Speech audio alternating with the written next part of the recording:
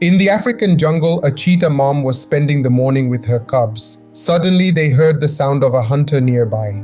Soon, a lion appeared and started moving toward the cheetah mom. She ran to protect her cubs. Despite her speed while trying to lead the lion away, she got surrounded by a pride of lionesses. They attacked and killed her.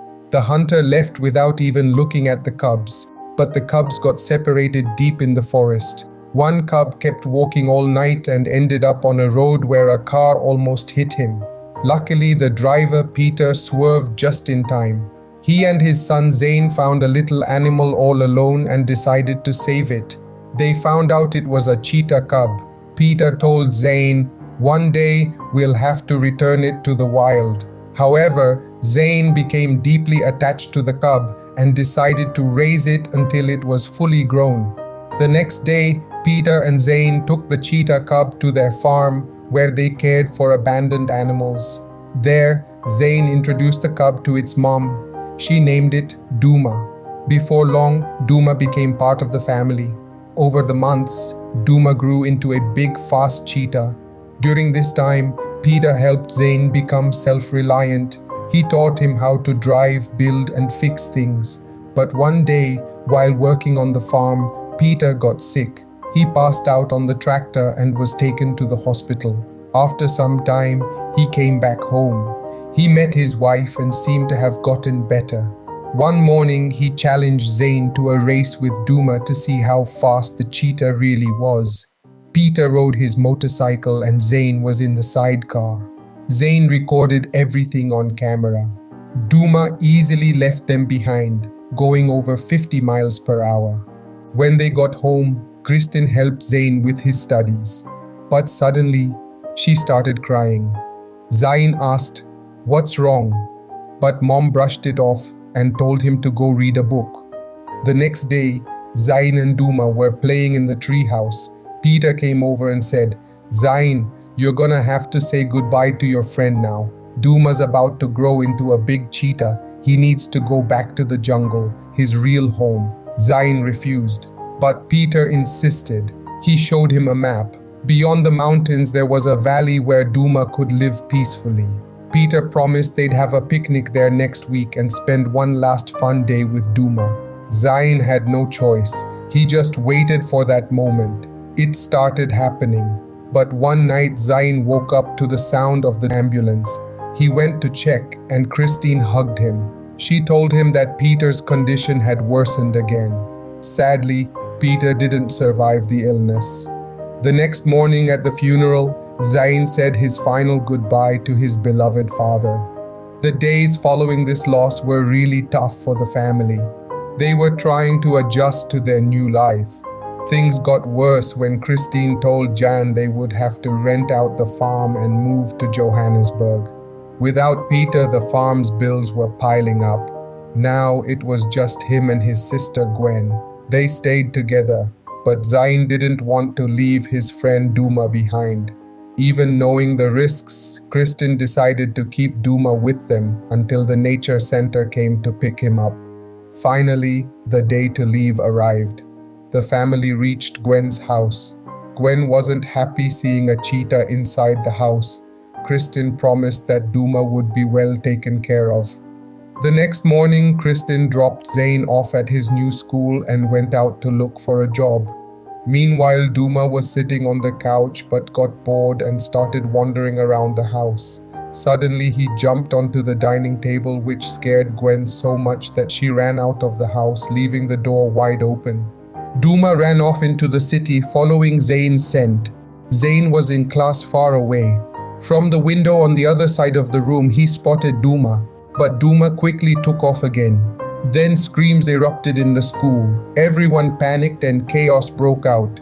Duma was running all over the school. Just then, 2 armed police officers burst into the school.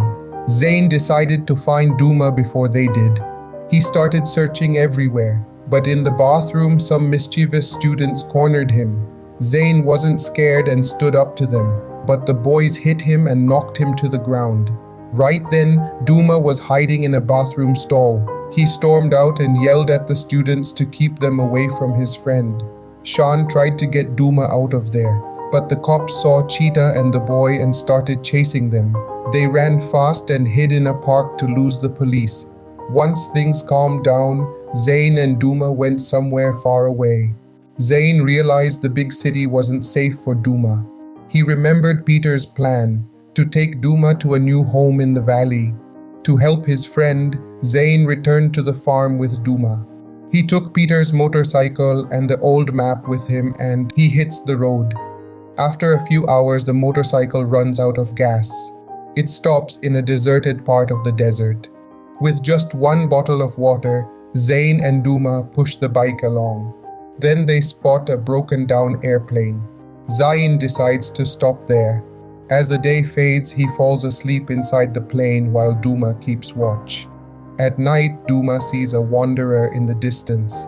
The guy notices the motorcycle in the desert and tries to steal it. The noise wakes Zayn up. He asks, "Who are you?" Just then, Duma approaches him. The wanderer pulls out a knife, scared, but Zayn says, "This cheetah belongs to me. It won't hurt you."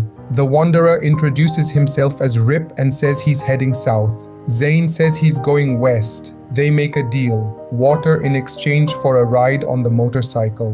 Rip agrees and introduces Zayn to his pet Maka, a small galago he met on his journey. Now, they had to find a way out of the desert. After searching the plane, Zayn finds a parachute and gets an idea. As soon as morning breaks, he ties the parachute to a piece of wood and attaches it to the motorcycle. The wind picks up and the motorcycle speeds off. The group quickly crosses the dry land. After that, Rib goes to find water. He finds a spot where he thinks there's a river underground. He digs and manages to get enough water for the journey. But they also need food. While looking around, Zayn spots a big ostrich. He decides to test Duma's hunting skills. On his command, Duma runs after the ostrich. Both head into the forest. They disappeared. A few minutes later, Zayn went to check, but the ostrich was gone, and all Duma found were its eggs. The eggs were edible, but Rip laughed. He said if the cheetah didn't hunt like a predator, it wouldn't survive in the African jungle. Zayn showed him a map with a valley where Duma could live safely. Seeing the map, Rip warned that to get there they'd have to go through the Okavango, a dangerous area where few made it out alive. He said they should head back to town and sell the cheetah for good money, but Zayn told his friend he refuses to sell. Seeing Zayn's stubbornness, Rip decides to support him a bit more. The two head towards the valley. On the way, Zayn spots his father's old compass pointing west, but Rip takes a different route. Zayn gets suspicious but still follows him. They arrive at an old village. The place is deserted with human bones scattered around.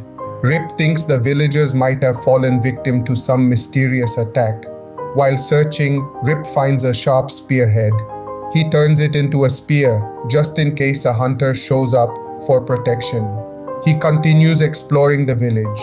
They were doing that when suddenly a helicopter started flying overhead.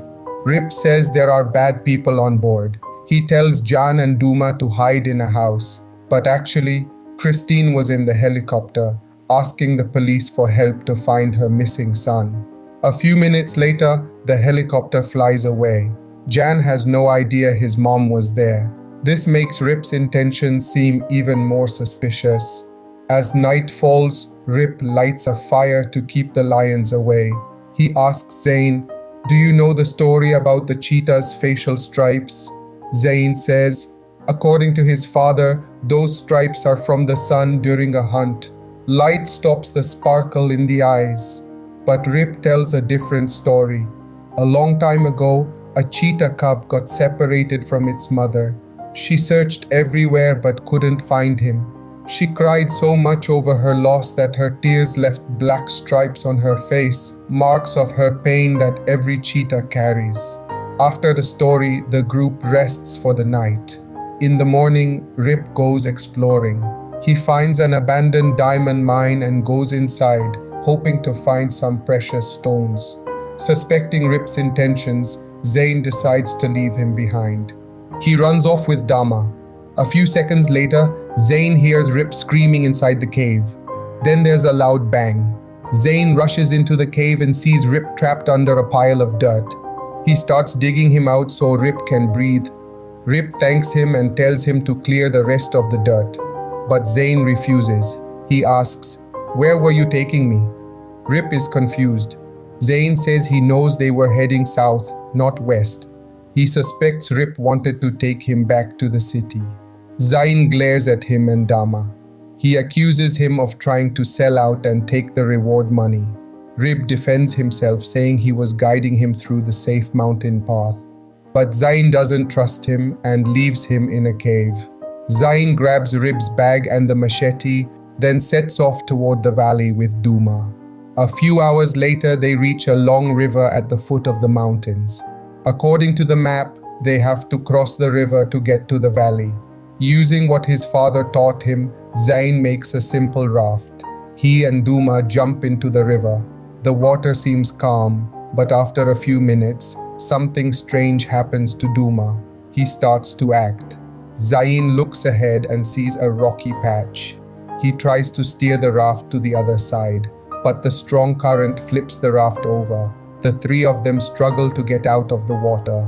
Just then, a group of crocodiles attacks. Zayn uses Rip's spear to defend himself. Luckily, the current pushes them to the shore and they manage to escape the crocodiles.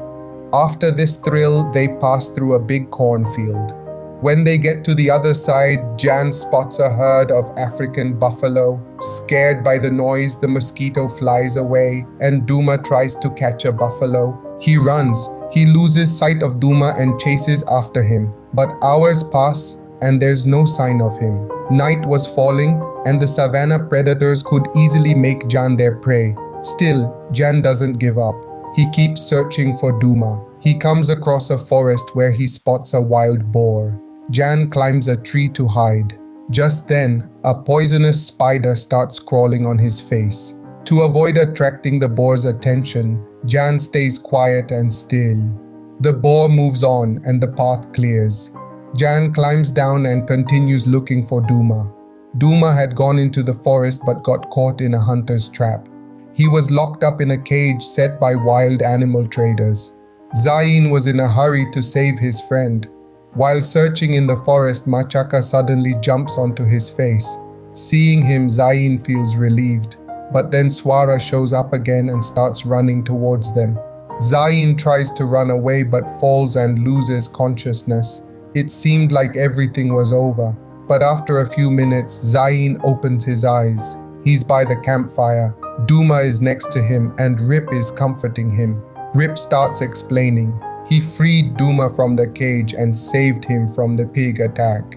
Jan apologizes for leaving Rip behind, but Rip reveals that he wanted to take him back to the city to claim a reward so he could return to his family. He explains that years ago he left his wife and kids in the village and went to the city to try his luck, but everything went wrong. Rip got framed for a crime and ended up in jail. After getting out, he was trying to earn money for his family and was traveling the country searching for precious stones. Hearing the truth, Zayn begins to trust him. Rip promises. He does. He'll help Duma get to his new home. First, they go looking for food. Nearby, they spot 2 deer. John tells Duma to follow them, but Duma doesn't know how to hunt, and the deer run away. The group stays hungry. In the evening, some lights appear in the forest. There's a tourist camp there. Rip and Zayn come up with a plan. At dawn, Zayn goes to the tourists. He lies, saying he's been bitten by a poisonous snake. The tourists start helping him, but then a snake slips out from Zayn's shirt. It looks like a black mamba. People get scared. They run away. Zayn and Rip grab all the food and take off. After that, the group travels by boat across the river. Zayn gives Rip his savings to help him out. Rip is really thankful for the gift. In return, he gives Zayn a small diamond he found in a cave as a token of their friendship. After crossing the river, the group walks along a mountain path. Then Duma finds deer remains on the ground. Rip warns everyone, "Be careful, there might be a lion nearby." but true to his nature, Duma starts eating the deer. Zain tells him to share the food, but the cheetah, Ko, doesn't like it. He growls. Zain is surprised, but Rip says to leave him alone. He's getting used to life in the wild. Duma finishes his food. The group goes to rest in a cave where there are old paintings on the walls. Rip says his village is nearby. He remembers this place where he used to camp with his father as a kid. But everything has changed over the years. Soon, this cave and the people passing through will be forgotten. Zain falls into thought. He says he doesn't like change. Everything went bad after his father died. Gaia is scared that even if Duma leaves, the same thing will happen. Rip tries to calm him down. Change can't be stopped, but not all change is bad. He says change made Jan stronger and more determined, and it prepared Duma for the jungle.